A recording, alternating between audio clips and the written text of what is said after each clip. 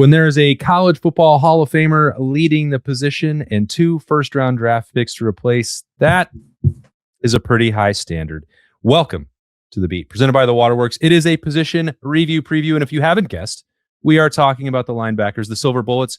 James Laurinaitis back again to coach that group. Sonny Styles and Arvell Reese not back to play for it. He's Jeremy Birmingham. I am Austin Ward. Big spring for that group, Birm. Yeah, let's go back to last spring. Take me back. When we were having this conversation regarding the linebackers a year ago, and someone, who was it? I think it was me. Well, there's only 2 of us here.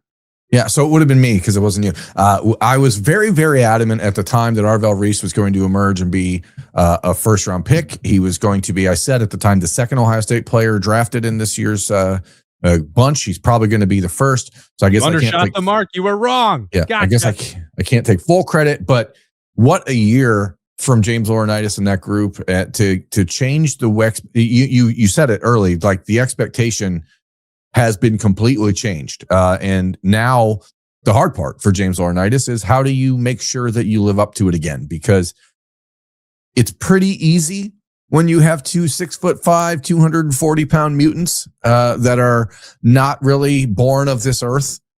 They are made of metal and other stuff that normal humans aren't.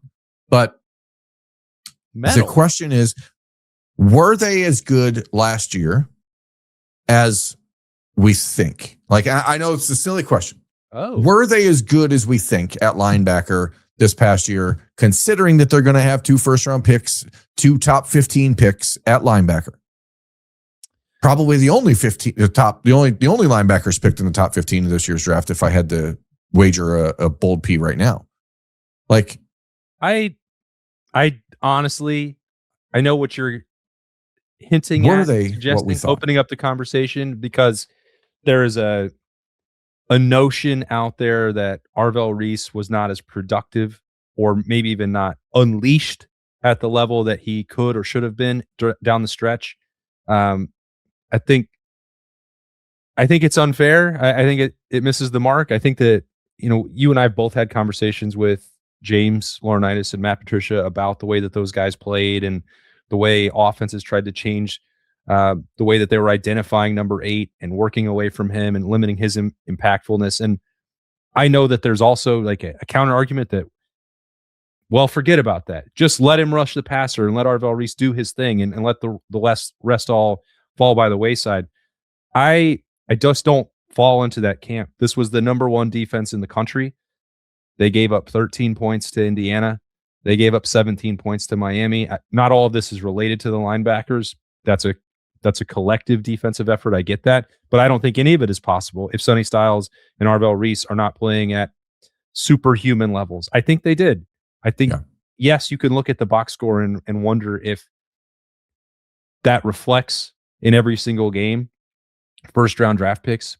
I think it's the way that some of the numbers were spread around elsewhere, whether that's for Caden Curry, whether that's for Caleb Downs or Jalen McClain or Caden McDonald or anybody else. Like that was a comprehensive group. But the number of times that we saw Sonny Styles adjusting the front, getting Ohio State into the right play, communicating the leadership component, the number of clips that you would see every single Sunday, including in the losses of, did you see what Arvell Reese did? And NFL scouts and general managers and people on social media going crazy for Arvell Reese. I personally don't buy it. Like I think they were maximized personally. And if I'm wrong about that, I will defer to the judgment of the 2 coaches that I named, because I think they know a lot about football. I don't know that there's a way to say that they were less productive than they should have been. I think there were, even during the season, there were a number of people. We actually had a conversation or a question on a mailbag episode of this show 2 weeks ago where someone said that the Buckeyes were boring to watch, and I think that sometimes when you have players like that, where that they have just an exceptional athletic ability and traits that are very, very rare. I think there's a desire for people to just see them be allowed to freelance and do whatever they want. And that's just not the way college football generally operates, and certainly not the way the Ohio State defense operates.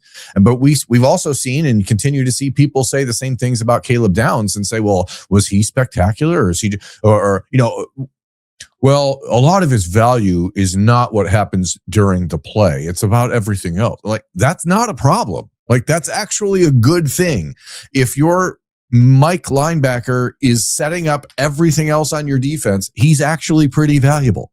He doesn't have to have 16 tackles a game, but I do understand some of the counter argument from folks who want to see Arvell Reese being allowed to do more Micah Parsons things, or letting Sonny Styles run more sideline to sideline but like, that's just not what they were asked to do. And so, for the scouts out there that saw them through the year, and I think the most interesting part of this discussion is that Arvell went from being unknown nationally to basically being a top 5 pick in the first 3 weeks of the season last year. And Sonny went from being a guy that everyone figured like big things were coming for.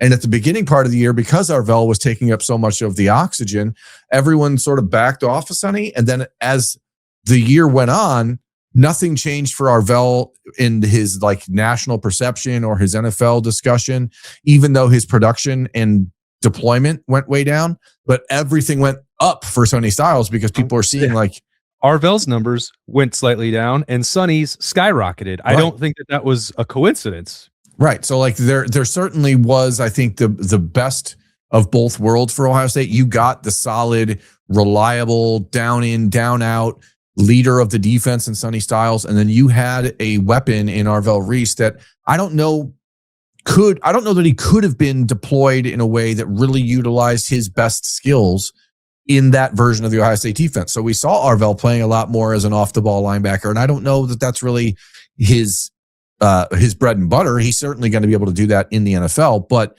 he's going to be used in that Micah Parsons just stand up and kill the quarterback role. So I don't know. I look back on it, and you can see obviously great things happening at linebacker under James Laurinaitis, and the future is very, very bright. But I wonder if this year's expectations are going to be based on what those two did, or if they should be measured/muted to be more human-based expectations. I also want to be clear that I'm not trying to be argumentative about it or suggest that the people that wanted to see more statistical output from Arvell Reese and or Sonny Styles are wrong about that, or that everything Ohio State does is automatically right. Like, I think we all understand, and I certainly understand the desire to want to see Arvell rush the passer. And how many times did we boldly predict a game where Arvell was going to have 3 sacks and a forced fumble and a touchdown and all these other, like, because we know he's capable of doing that. And again, I don't think it's wrong to want that, and I don't think it was wrong the way Ohio State played defense, because they did it better than everybody else in the country. And, making 1 or 2 more splash plays from Arvell or Sonny against Indiana or Miami, would that have made the difference? I mean, they almost had to, because they weren't getting support on offense. Again, I go back 13 points to the national champions. That performance actually resonates way more than it did in the first Saturday in December, based on what Indiana did in the playoff. And the pick 6 and playing from behind against Miami wound up being far too much to overcome, despite the best efforts of the defense to keep Ohio State in that game. So as I sit here, I just don't have it in me to say that it's on them, but I respect anyone's difference in opinion on that. Now, the question is, if that scheme, if that approach that was reliant on the skill set of Arvell and Sonny was so critical to making Ohio State the number 1 defense in the country, how do you best replace that? That's Sonny had a deep body of work that helped, I think. Peyton Pierce has some of that, not nearly as much as Sonny did, who was also borrowing some from his experience at safety. And Arvell was just, in some ways, a one of one. Yeah. Can Riley Pettijohn or TJ Alford provide that while Peyton Pierce is doing some of the Sonny stuff? We could make a case that they can, but they're going to have to prove it for sure. Well, that I think is the crux of this entire conversation this offseason for the linebackers. And even Television's Adam King, who is like a gung-ho on Riley Pettijohn, and so is a lot of the internet. If you look at social media, the conversation around Riley and TJ, mostly Riley, is that the Buckeyes aren't going to skip a beat. And like that's a that's an improper expectation, in my opinion. Just simply from an athletic standpoint, what you're losing by losing Arvell and Sonny, you just do not replace that easily. If Riley Pettijohn or TJ Alford were that close athletically, then you would have seen a lot more of them a year ago, because they would have been incapable of keeping off the field. And so that's where I think this conversation really is interesting. But then how do you balance out that expectation, the high ceiling for those two players, with Christian Allegro, where his role is in this mix? What Peyton Pierce is going to provide as the stabilizing guy in the middle.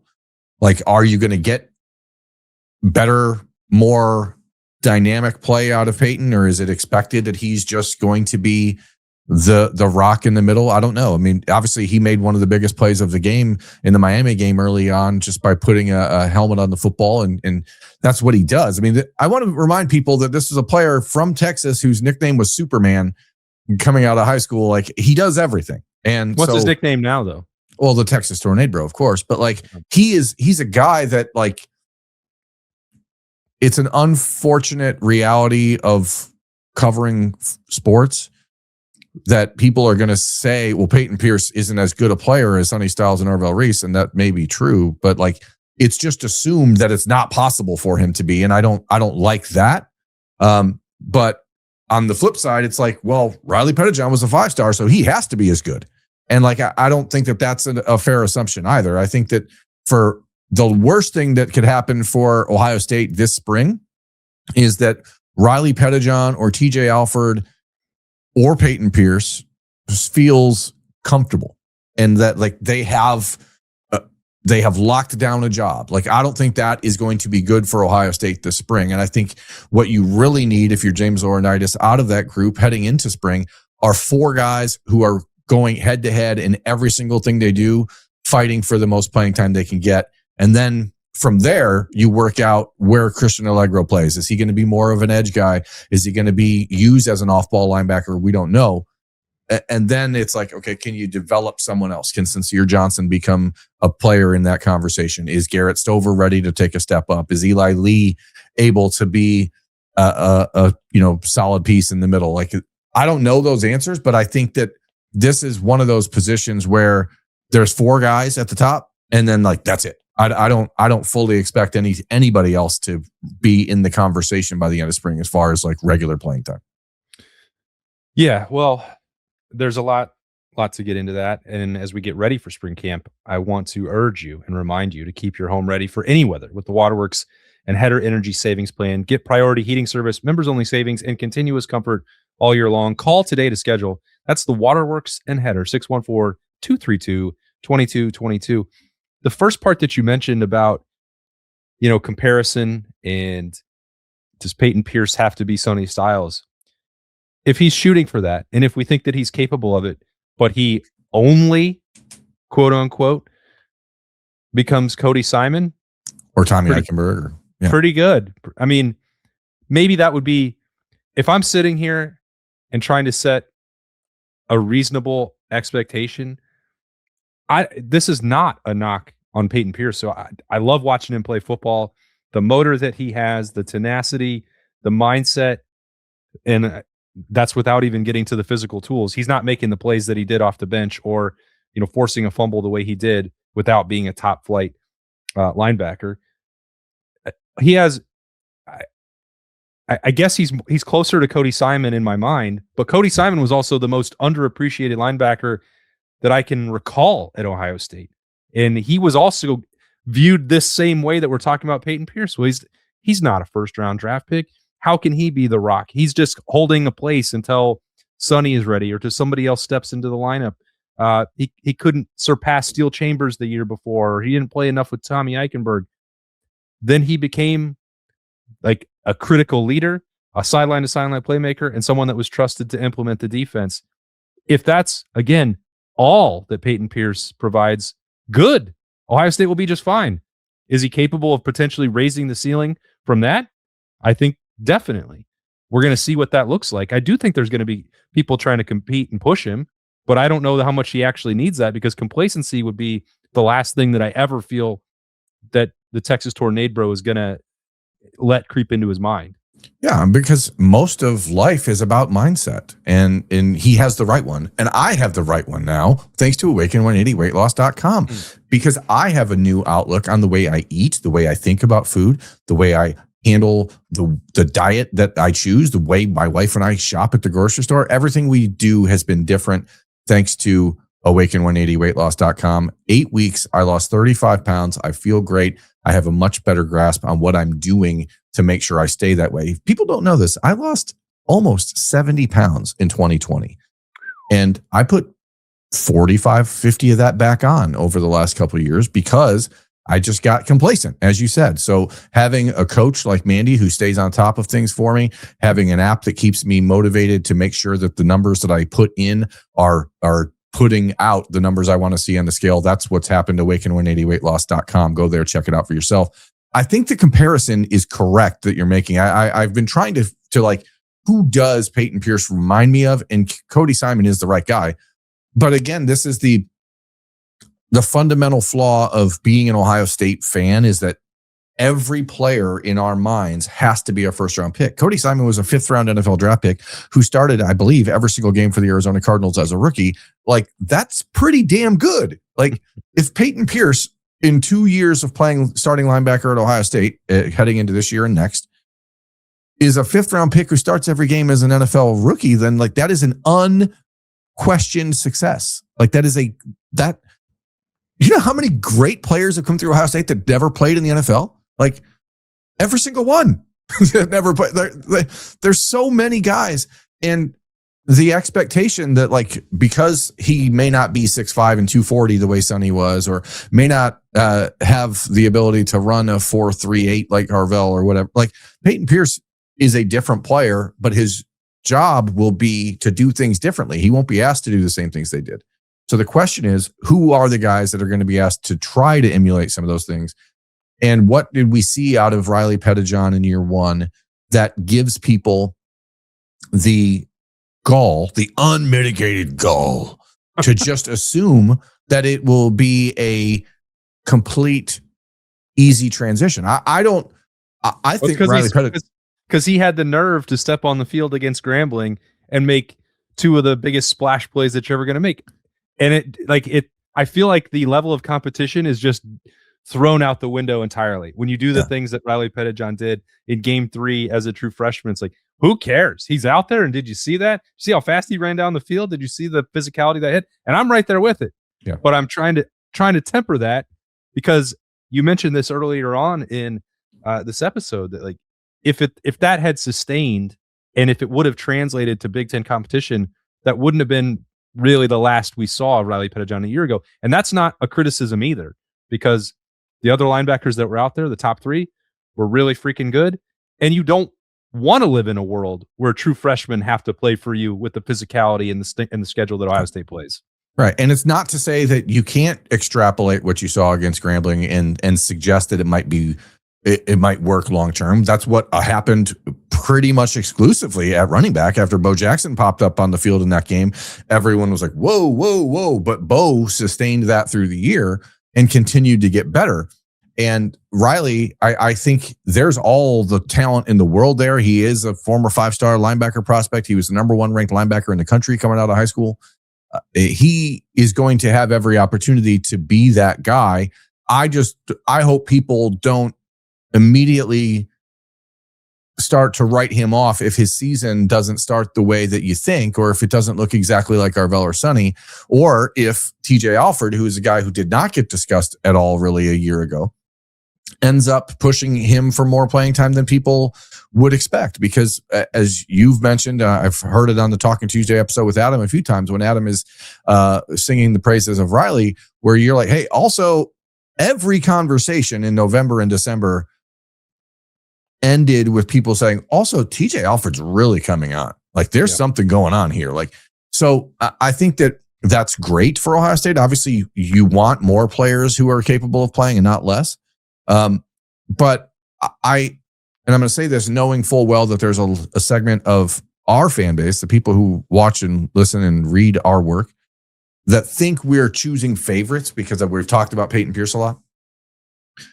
I'm suggesting that people should not pick a favorite right now of anyone. And I don't think that by talking about Peyton and expecting him to be a leader on this team or considering him a potential defensive MVP is putting him in the favored status. It's just when you're replacing 8 starters on defense and one of the guys has played a lot last year, and James Laurinaitis said after his spring media availability last year that he considered Peyton Pierce a starter then. Like, I think it's reasonable to assume that Peyton Pierce is in a position that the others in that room are not, which is he's pretty locked in. They're counting on him. They know what they're going to get from him. Riley Pettijohn, TJ Alford, Christian Allegro, Sincere Johnson, that next wave of guys, they're all going to have an opportunity to prove that they are or aren't. And I think we're going to have a much better answer about that by the end of spring. And I don't think it would be smart of anyone, including us, and this is probably a little bit counter to what I said just about 20 minutes ago about Sincere Johnson. Like, if he's ready to go, he's going to go. You know, like, this is not a situation like a year ago, as you already mentioned, where you had Arvell and Sonny, so you really didn't need to give Riley Pettijohn all the extra snaps that maybe he would have otherwise. If that version of Riley Pettijohn was on the 2018 Ohio State defense or the 2021 Ohio State defense or 2022, he probably would have played a whole hell of a lot. But because he had Sonny Styles and Arvell Reese in front of him and Peyton Pierce, he didn't need to. That's not the way this is for Sincere Johnson. He's got Peyton Pierce in front of him, who is a solid player, but certainly not an All-American first-round pick that you can't displace. If 6'3", 240-pound downhill thumper, crazy maniac Sincere Johnson comes in and plays like what everyone thinks, who Sincere became a 5-star linebacker in this last recruiting cycle. Anything can happen then. Like, I think, but I just want people to not choose favorites now because it doesn't matter. Well, and love them all. Well, given the ability of the 2 guys that were in the primary roles a year ago, it may take 3 or 4 guys to replace the productivity of them. That would be fine. There were just years, and you rattled off a bunch of them, where Ohio State didn't have the ability to do that, to dip into the bench or rotate 3 or 4 guys. And the starters were nowhere near the level that we saw from Sonny Styles and Arvell Reese. And that's why they had a drought of darn near a decade where they weren't having any all Big Ten accolades at linebacker. And that was unthinkable for a position that once had James Laurinaitis and Bobby Carpenter and Anthony Schlegel and AJ Hawk and this rich tradition of the Silver Bullets. But I also think that it's worth reiterating how remarkable it is that legacy is back, but you don't get to take a breather moving forward. It has to stay there for Ohio State to be at the level that it wants, competing for national championships. Again, it all goes back to the difficulty of the schedule. If these linebackers aren't ready to go, not only is Ohio State not going to be the number 1 defense in the country, but they're probably going to be dropping some games and things get dicey. So it is up to them to lay that foundation in now, just inside 2 weeks until the start of spring ball. So the pressure is on. And the good news, I mean, you brought him up at the start and you brought him up now, but James Laurinaitis is absolutely the right guy to make sure that happens. But it is an interesting opportunity for James, who is now being regarded by people like myself, who I think that he's not only a guy that will be in the discussion as a future Ohio State head coach, but as a player, as a recruiter, he is turning the expectations up to a level that he's going to have to meet, which is the fun part. Because when you're a competitor like James is, knowing like, hey, last year I went into Texas and took the best linebacker, went into Florida, took TJ Alford. Then it's like, okay, well, what can I do this year? He's got Quentin Cypher, who's his top target. Like, he's trying to one-up himself on the recruiting trail every year. And that is how you continue to get great players. It's what Brian Hartline did. But as Brian found out, like, there's no rest for the weary. Like, if you don't bring in those guys every year, people are going to doubt you. So James is getting all the credit he deserves right now. If that group isn't ready by the second week of September and they go to Austin, Texas and look lost, guess who's going to be on the chopping block? It's going to be James Laurinaitis. So, like, you're constantly motivated. You're constantly being reminded at a place like Ohio State that the expectations don't change, except they get higher and higher and higher every single time. So Good luck. I'm told that the standard is the standard, and nobody needs to explain that to James Laurinaitis or Peyton Pierce or anybody in that Ohio State linebacker room. They all have a great appreciation for the standard, the expectation, the legacy of the Silver Bullets, and they will be on the practice field trying to meet it or surpass it in just a couple of weeks in the Woody Hayes Athletic Center as practice resumes. You can tell we're getting near the finish line of the review previews. When we get to this linebacker phase, we will be detailing those cornerbacks and getting into BIA on Thursday. So stick around for all of that as we continue to roll along and barrel towards the start of spring practice on the Austin Birm Show. This has been The Beat, presented by the Waterworks. He is Birm. I am Austin. We'll catch you tomorrow.